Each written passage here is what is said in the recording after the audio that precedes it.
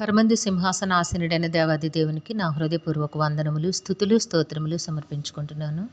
అందరికీ శుభోదయం. ఇది నాన్న మహోన్నతుడైన దేవాది దేవుడు నీ కొరకు సిద్ధపరిచిన వాక్కు. మీరు శోధనలో ప్రవేశింపకుండునట్లు మెలకువగా నుండి ప్రార్థన చేయుడి. దేవుని నామమునకు మహిమ కలుగునుగాక. ఈ మాటలు మార్కు సువార్త 14వ అధ్యాయము 38వ వచనంలో వ్రాయబడి ఉన్నవండి. ప్రియమైన నేస్తమా, నీ దేవాది దేవుడి దినాన నీకు ఇచ్చిన వాక్కు ఏమిటి అనగా, నీవు ఎప్పుడు ప్రార్థన చేయవలను.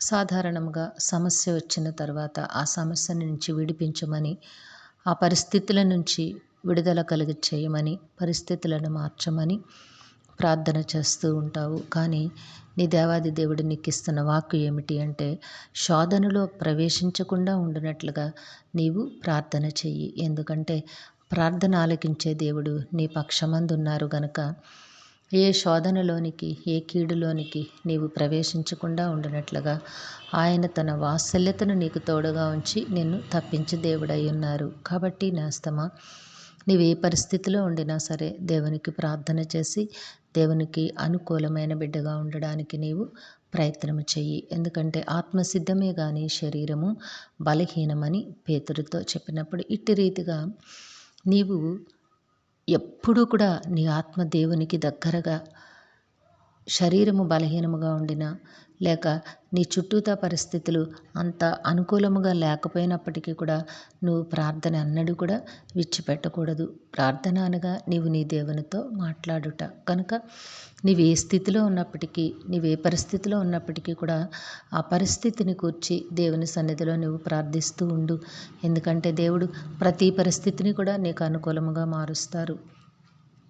పరిస్థితులను మార్చగలిగిన దేవుడు నీ పక్షమందున్నారు. కాబట్టి నీవు ఎల్లప్పుడూ ప్రార్థన చెయ్యి. నీ ప్రార్థన నీకెంతో ఉన్నతమైన ఆశీర్వాదములను తెచ్చిపెట్టేదిగా ఉంటుంది. దేవుడు అట్టి రీతిగా నిన్ను దీవించి ఆశీర్వదించునుగాక. ఆమేన్. ప్రార్థన చేసుకుందాము. సింహాసనాసనుడైన తండ్రి, మీ ఘనమైన నామమునకు వందనములు చెల్లించుకుంటున్నాము. మీ బిడ్డకి మీరు ఇచ్చిన వాక్కును బట్టి స్తుతులు సమర్పించుకుంటున్నాము. రాజా, ఏ బిడ్డకైతే ఈ వాక్కును వినిపించున్నారో ఆ బిడ్డ నాయన అనుక్షణము కూడా మీ సన్నిధిలో ప్రార్థన చేసి ప్రతి విధమైన శోధనలకు దూరముగా తప్పించబడుతూ మీ కృపలో సంతోషముగా, నెమ్మదిగా జీవించే యోగ్యతను ప్రసాదించమని వేడుకుంటూ ఉన్నాము. ఈ దినము పుట్టినరోజు, వివాహ దినమహోత్సవంలో జరుపుకొంచున్న బిడ్డలందరికీ మీ ఆశీస్సులు, దీర్ఘాయుష్ను అనుగ్రహించి మీ కృపలో జీవింపచేయండి నాయన. మా ప్రియులందరినీ, వారి కుటుంబములను మీ దివ్యహస్తములకు అప్పగించుకొంచున్నాము.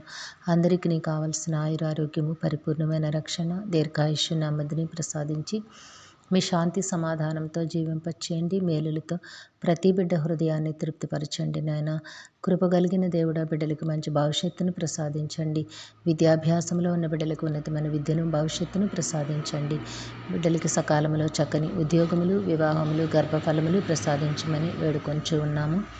మా ప్రియులు చేస్తున్న పనిపాట్లలో, ఉద్యోగ విధులలో, వ్యాపారములలో తోడుగా ఉండి బిడ్డల కష్టమునకు అనేక రెట్ల ఫలములు దయచేయమని వేడుకుంటున్నాము. జీవము కలిగిన దేవుడా, మీకు అనుకూలమైన జీవితములు బిడ్డలకు ఉండినట్లుగా మీ ఆశీర్వాదమునిచ్చి నడిపించమని సమస్తమును మీ దివ్యహస్తములకు అప్పగించుకుంటూ ఈ ప్రార్థన మా రక్షకుడును మీ ప్రియ కుమారుడైన యేసుక్రీస్తు వారి అతి శ్రేష్టమైన నామమున అడిగి వేడుకొనుచున్నాము తండ్రి. ఆమెన్. కరుణావాత్సల్యత కలిగిన దేవుడు మీ కుటుంబ జీవితంలో ఉన్నతమైన ఆశీర్వాదములు అనుగ్రహించి మిమ్మును ఆయన నామ మహిమ కొరకు జీవింపచేయునుగాక. ఆమెన్. ఆమెన్. ఆమెన్.